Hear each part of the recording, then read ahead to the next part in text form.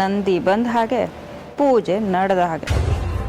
ರಾಣಿ, ಮೊದಲು ನೆಗೆಟಿವ್ ಆಗಿ ಮಾತಾಡೋದನ್ನ ದಯವಿಟ್ಟು ನಿಲ್ಲಿಸು. ಅಯ್ಯೋ, ನಾನೇನ್ರಿ ನೆಗೆಟಿವ್ ಆಗಿ ಮಾತಾಡ್ದೆ? ಇರೋ ವಿಷಯನೇ ತಾನೇ ಹೇಳಿದ್ದು. ಮೊದಲೇ ಟೆನ್ಷನ್ನಲ್ಲಿದ್ದೀವಿ, ನೀನು ಇನ್ನಷ್ಟು ಜಾಸ್ತಿ ಮಾಡಬೇಡ.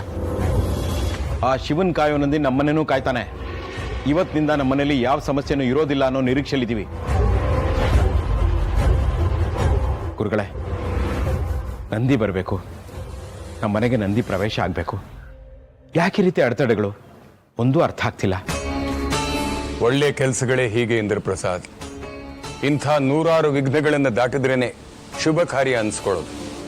ಆತಂಕ ಬೇಡ, ಕಾಯೋಣ. ಅಂದ್ರೆ ನಂದಿ ಬರುತ್ತೆ, ಪೂಜೆ ಆಗತ್ತೆ ಅಂತೀರಾ? ಶಿವನ ಇಚ್ಛೆ ಏನಿದೆಯೋ ಹಾಗಾಗತ್ತೆ. ಎಲ್ಲರೂ ತಾಳ್ಮೆಯಿಂದಿರಿ. ಆದರೆ ನಂದಿ ಬರದೆ ಪೂಜೆ ಆಗೋದಿಲ್ಲ.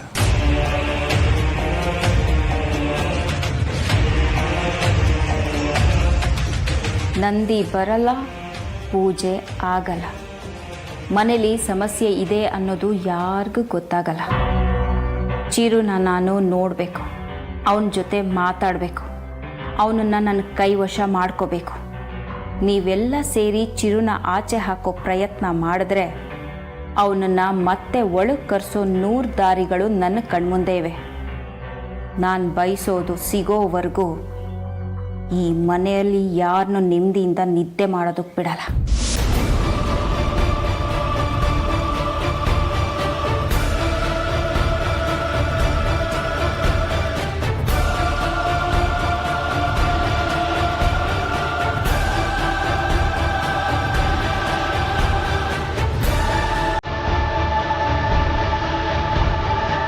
ಸ್ಟೋರ್ ರೂಮ್ ಬಾಗಿಲು ಹಾಕಿದೆ. ಒಳಗಡೆ ಚಿರು ಜೊತೆ ಏನಾದರೂ ಮತ್ತೆ ಮಾತಾಡ್ತಾ ಇರ್ಬೋದಾ?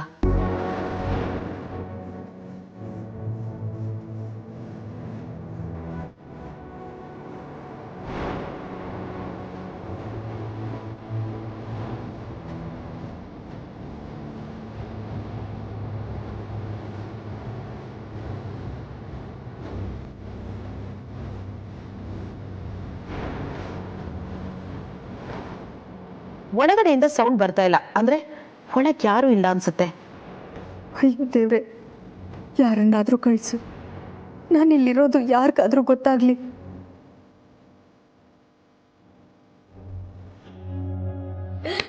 ಪ್ಲೀಸ್ ಯಾರಾದ್ರೂ ಬಾಗ್ಲು ತೆಗೀರಿ. ಬಾಗ್ಲು ತೆಗೀರಿ.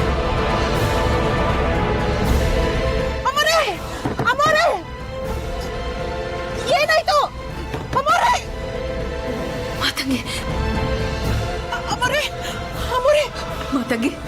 ಮಾತಂಗಿ ದೇವ್ರು ಬಂದಾಗ ಬಂದೆ. ಮಾತಂಗಿ, ನಾನು ಇಲ್ಲಿ ಒಳಗಡೆ ಇದ್ದೀನಿ.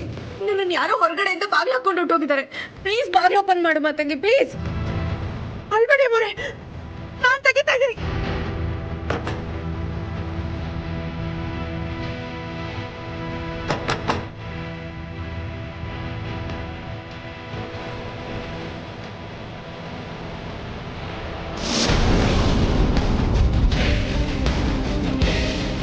ಏನಾಯ್ತು ಮಾತಂಗಿ?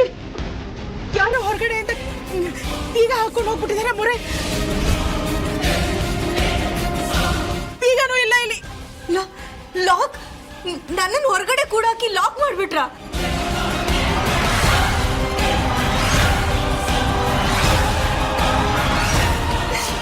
ಏನ್ ಮಾಡ್ಲಿ ಈಗ?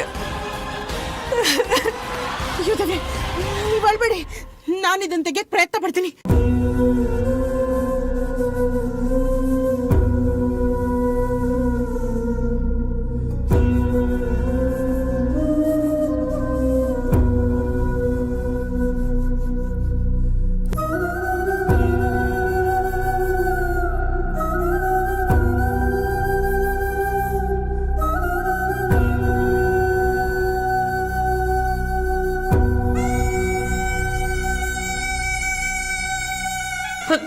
ಓಪನ್ ಆಯ್ತಾ ಮಾತಂಗಿ? ಇಲ್ಲ ಮೊರೆ. ಅಯ್ಯೋ ದೇವ್ರೆ, ಯಾರಿಂದ ಕೆಲಸ ಮಾಡಿರೋದು? ನಿಮ್ಮನ್ ಯಾರು ಕೂಡಾಕಿರೋದ ಮೊರೆ? ಇರಿ, ನಾನು ಹೋಗಿ ಮನೆಯವ್ರನ್ನೆಲ್ಲ ಕರ್ಕೊಂಡು ಬರ್ತೀನಿ. ಮಾತಂಗಿ,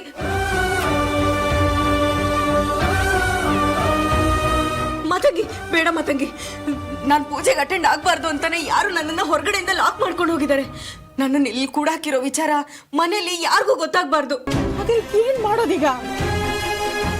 ನನ್ನ ವಿಷಯ ಬಿಡು. ಪೂಜೆ ಏನಾಯ್ತು? ನಂದಿ ಬಂತ?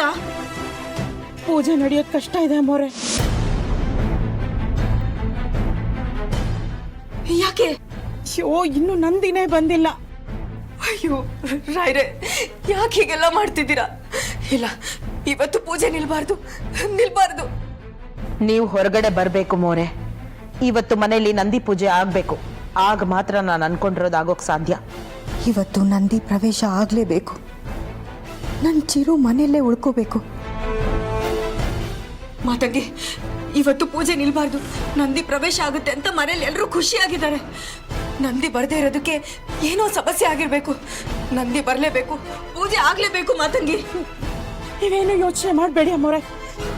ಪೂಜೆ ನಡೆಯೋ ಹಾಗೆ ಏನಾದ್ರೂ ಮಾಡೋಣ. ನೀವು ಹೊರಗಡೆ ಬರ್ತೀರಾ? ನೀವು ಹೊರಗಡೆ ಬರೋ ಹಾಗೆ ನಾನು ಏನಾದ್ರೂ ಮಾಡ್ತೀನಿ. ಬೇಡ ಮಾತಂಗಿ, ವ್ಯರ್ಥ ಪ್ರಯತ್ನ ಬೇಡ. ಈಗ ಅದಕ್ಕೆಲ್ಲ ಸಮಯ ಇಲ್ಲ. ನೀನು ಹೋಗಿ ರಾಯರ ಮುಂದೆ ಬೇಡ್ಕೊ, ನಂದಿ ಪೂಜೆಗೆ ಹೇಗಾದ್ರೂ ಬರ್ಲಿ ಅಂತ. ನಂದಿ ಪೂಜೆಗೆ ಬರಲೇಬೇಕು. ರಾಯರ ದಯೆಯಿಂದ ನಂದಿ ಪೂಜೆಗೆ ಬಂದೇ ಬರುತ್ತೆ. ಹೋಗು ಮಾತಂಗಿ, ಹೋಗು. ನಾನು ಹೋಗ್ತೀನಿ, ಯಾರನ್ನು ಬೇಡ್ಕೋತೀನಿ. ನೀವು ಸಮಾಧಾನವಾಗಿರಿ ಅಮ್ಮೋರೆ, ನೀವು ಸಮಾಧಾನವಾಗಿರಿ. ಮಾತಂಗಿ, ಇನ್ನೊಂದು ವಿಷಯ.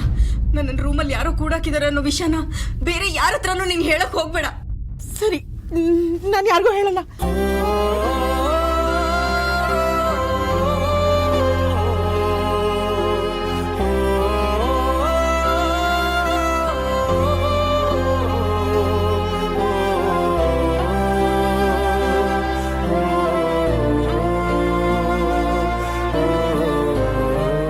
ದುಷ್ಟ ಶಕ್ತಿಗಳ ಮಟ್ಟ ಹಾಕಬೇಕು ಅಂದ್ರೆ ಶಿಷ್ಟ ಶಕ್ತಿಗಳು ಮೇಲ್ಗೈ ಆಗ್ಬೇಕು. ಅದೇ ತಾನೆ ನ್ಯಾಯ, ನೀತಿ, ಧರ್ಮ. ಮತ್ತೆ ಯಾಕೆ ರಾಯ್ರೆ, ಯಾಕೆ ಶುಭ ಕಾರ್ಯಗಳಲ್ಲಿ ವಿಘ್ನ? ಹೋದವರೆಲ್ಲ ಒಳ್ಳೆಯವರ? ಹಾಗಾದ್ರೆ ಬದುಕಿರೋರು ಪಾಪಿಗಳ ರಾಯ್ರೆ? ಹಾಗಾದ್ರೆ ನಮ್ಮನ್ನು ಕರೆಸ್ಕೊಂಬಿಡಿ. ನಮ್ಮನ್ನು ಯಾಕೆ ಉಳಿಸಿದ್ದೀರಾ? ದುಷ್ಟ ಶಕ್ತಿ ಮುಂದೆ ನಾವು ಸೋತ್ವಿ, ನಾವು ಶರಣಾದ್ವಿ ಅಂತ ಒಪ್ಕೊಂಡ್ಬಿಡ್ತೀವಿ. ಧರ್ಮಕ್ಕೂ ಅಧರ್ಮಕ್ಕೂ ಯುದ್ಧ ನಡಿಬೇಕು, ಒಪ್ಕೋತೀನಿ. ಆದ್ರೆ ಅಧರ್ಮ ಗೆಲ್ಲಬಾರ್ದು, ಧರ್ಮ ಸೋಲ್ಬಾರ್ದು. ಧರ್ಮದ ಲಾಂಛನ ಹಿಡಿದವ್ರ ಎದೆ ಮೇಲೆ ಬಿಳಿ ಬಟ್ಟೆ ಬೀಳಬಾರ್ದು. ಇವತ್ತು ನಂದಿ ಮನೆಗೆ ಬರಲಿಲ್ಲ ಅಂದ್ರೆ ಪೂಜೆ ನಡೆಯೋಲ್ಲ. ದಯಮಾಡಿ ನಂದಿ ಮನೆಗೆ ಬರೋ ಹಾಗೆ ಮಾಡಿರಾಯ್ರೆ.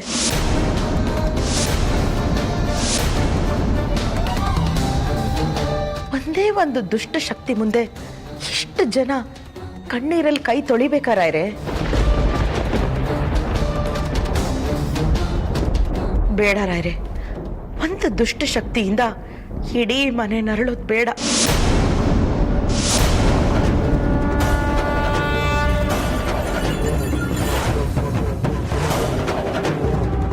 ಶಾಶ್ವತವಾಗಿ ಈ ದುಷ್ಟ ಶಕ್ತಿಗೆ ಒಂದು ಪರಿಹಾರ ಸಿಗ್ಬೇಕು. ಆಗ ಮಾತ್ರ ಈ ಮನೆಯಲ್ಲಿ ನೆಮ್ಮದಿ ನೆಲೆಸೋಕೆ ಸಾಧ್ಯ. ಇವತ್ತು ಯಾವುದೇ ಕಾರಣಕ್ಕೂ ಪೂಜೆ ನಿಲ್ಲಬಾರ್ದು. ದಯಮಾಡಿ ನಂದಿ ಮನೆಗೆ ಬರೋ ಹಾಗೆ ಮಾಡಿರಾಯ್ರೆ.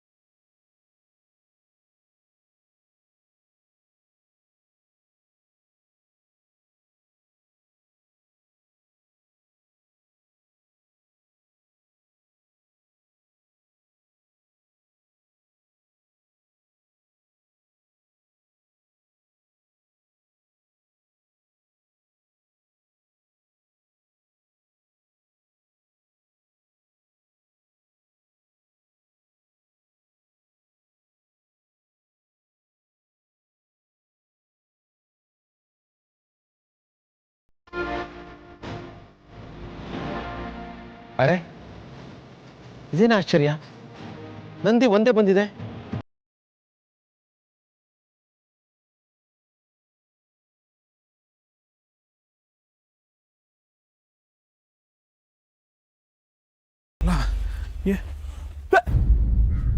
ಅಶೋಕ, ನಂದಿ ಹೇಗೋ ಬಂತು?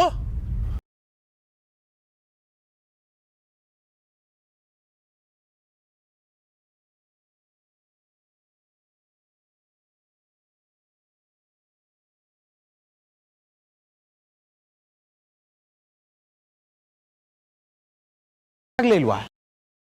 ಇಲ್ಲ ಚಿಕ್ಕಪ್ಪ.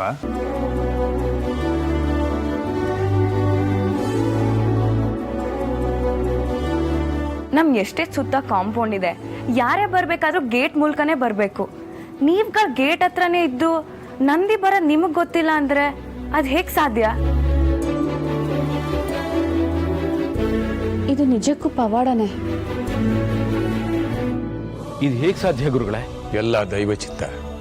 ಒಳ್ಳೇದಾಗಬೇಕು ಅಂದ್ರೆ ಯಾವ ದುಷ್ಟ ಶಕ್ತಿಗಳು ಅಡ್ಡ ಬಂದರೂ ಏನು ಮಾಡೋಕ್ಕಾಗಲ್ಲ. ಪೂಜೆಗೆ ಹೋಗಬೇಕು ಅಂತ ಶಿವನ ಅಪ್ಪಣೆಯಾಗಿದೆ, ಅದಕ್ಕೆ ನಂದಿ ಬಂದಿದ್ದಾನೆ. ಹೌದು ಗುರುಗಳೇ, ನಿಮ್ಮ ಮಾತು ನಿಜ. ಇದು ನಿಜವಾಗ್ಲೂ ಒಳ್ಳೆ ಸೂಚನೆನೆ.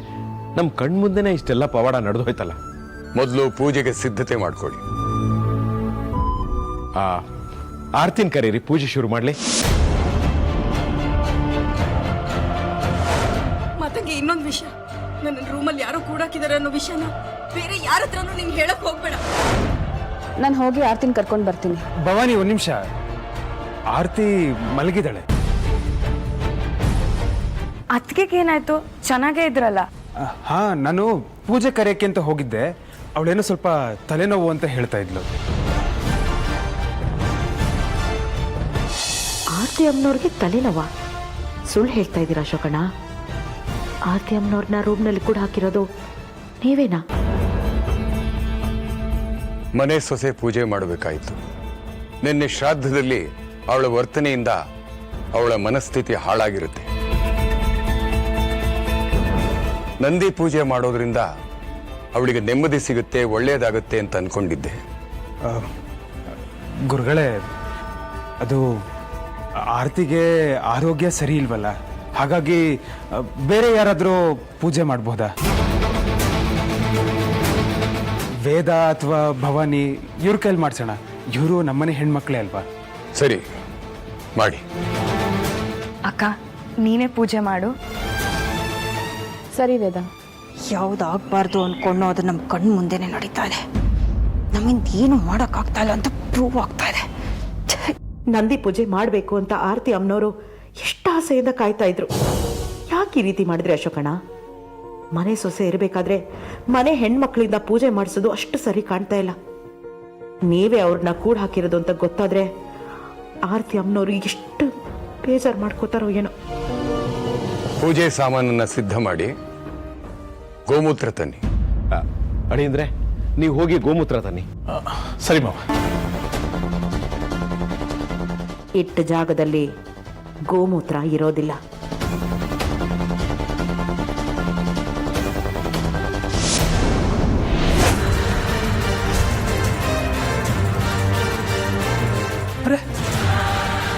ಇಲ್ಲೇ ಇಟ್ಟಿದ್ನಲ್ಲ, ಎಲ್ಲೋ ಹೋಯ್ತು?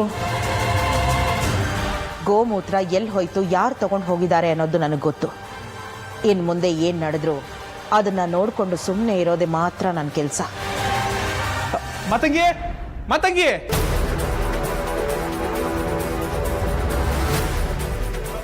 ನೀನ್ ನನ್ನ ಜೊತೆ ಇದೆಯಲ್ಲ ಬೆಳಿಗ್ಗೆ, ನನ್ನ ಗೋಮೂತ್ರ ಎಲ್ಲಿಟ್ಟು ಹೇಳು. ಇಲ್ಲೇ ಇಟ್ಟಿದ್ರಲ್ಲ ಅಣ್ಣ, ಯಾಕೆ ಮರ್ತೋಯ್ತಾ? ಈಗ ಇಲ್ವಲ್ಲ? ನನಗೂ ಗೊತ್ತಿಲ್ಲ. ಓ, ಏನಪ್ಪ ಮಾಡೋದು? ಗೋಮೂತ್ರ ಪೂಜೆಗೆ ತುಂಬಾ ಅವಶ್ಯಕತೆ ಇದೆ ಅಂತ ಹೇಳಿದ್ರು. ಈಗ ಇಟ್ಟಿ ಜಾಗದಲ್ಲಿ ಕಾಣ್ತಾ ಇಲ್ಲ. ಇಲ್ಲ ಅಂತ ಇದ್ದಿದ್ದಾಗೆ ಹೇಳ್ಬಿಡಿ ಅಣ್ಣ. ಎಷ್ಟು ಈಸಿಯಾಗಿ ಹೇಳ್ತಾ ನೋಡು. ಸುಮ್ಮನೆ ಇರೋದಕ್ಕಿಂತ ನಿಜ ಹೇಳೋದು ಒಳ್ಳೇದಲ್ವಾ? ಇವತ್ತು ನನ್ನ ಕತೆ ಮುಗೀತು. ಒಂದು ಕೆಲಸ ಮಾಡು, ಏನೋ ತಗೊಂಡೋಗಿರು, ನಾನು ದೇವ್ರ ಮನೇಲಿ ಇದೆಯಾ ನೋಡ್ಕೊ ಬರ್ತೀನಿ. ನಂದಿನೇ ಬಂದಮೇಲೆ ಗೋಮೂತ್ರ ಸಿಗದೆ ಹೋಗುತ್ತಾ?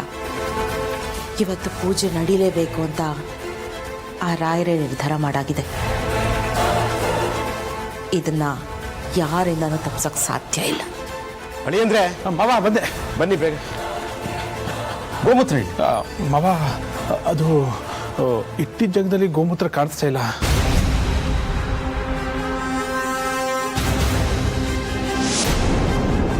ಗೋಮೂತ್ರ ಯಾರು ತಗೋತಾರೆ ಬಾವ? ಪೂಜೆಗೆ ಅತಿ ಮುಖ್ಯವಾಗಿ ಬೇಕಾಗಿದ್ದ ವಸ್ತುನ ನೀವು ಕಾಪಾಡ್ಕೋಬೇಕಾಗಿತ್ತು. ನಿಮಗೆ ಪೂಜೆ ಬಗ್ಗೆ ಇರೋ ಶ್ರದ್ಧೆ ಇಷ್ಟೇನಾ? ಕ್ಷಮಿಸಿ ಗುರುಗಳೇ, ಅದು ಮನೆಯಲ್ಲಿ ಶಾಂತಿ ನೆಮ್ಮದಿ ನೆಲೆಸಬೇಕು ಅಂತ ಕೇಳ್ಕೊಂಡ್ರೆ ಪ್ರಯೋಜನ ಇಲ್ಲ. ಅದಕ್ಕೆ ಪೂರಕವಾಗಿ ದೈವಿಕವಾಗಿ ಏನೇನು ಸಿದ್ಧತೆ ಮಾಡ್ಕೋಬೇಕೋ ಅದನ್ನೆಲ್ಲ ಮಾಡ್ಕೋಬೇಕಲ್ವೇ? ಗುರುಗಳೇ, ಹೀಗಾಗುತ್ತೆ ಅಂತ ಖಂಡಿತ ನಮಗೆ ಗೊತ್ತಿರಲಿಲ್ಲ. ಸಂಗಮದ ಬಳಿ ನಡೆದ ವಿಚಾರದಲ್ಲಿ ನಿಮಗೆ ಎಷ್ಟು ನೋವಾಗಿದೆಯೋ ಅಷ್ಟೇ ನೋವು ನನಗೂ ಆಗಿದೆ. ಊಹಿಸಕ್ಕಾಗದೇ ಇರುವಷ್ಟು ಕೆಟ್ಟ ಘಟನೆ ನಡೆದು ಹೋಗಿದೆ. ಅದನ್ನ ಸರಿ ಮಾಡೋಕ್ಕೋಸ್ಕರ ತಾನೇ ನಾವಿಲ್ಲಿ ಸೇರಿರೋದು. ನೀವು ಮುಂಜಾಗ್ರತೆ ವಹಿಸಬೇಕಾಗಿತ್ತು. ಕೊನೆಗೂ ನನ್ನನ್ನ ಪೂಜೆಯಿಂದ ದೂರ ಇಟ್ಬಿಟ್ರಲ್ಲ. ಯಾರೀ ಕೆಲಸ ಮಾಡಿದ್ದು? ಯಾರು? ಚಿರು ಚಿರು ಚಿರು ಏನಾದ್ರೂ ಈ ಕೆಲಸ ಮಾಡಿದ್ನ?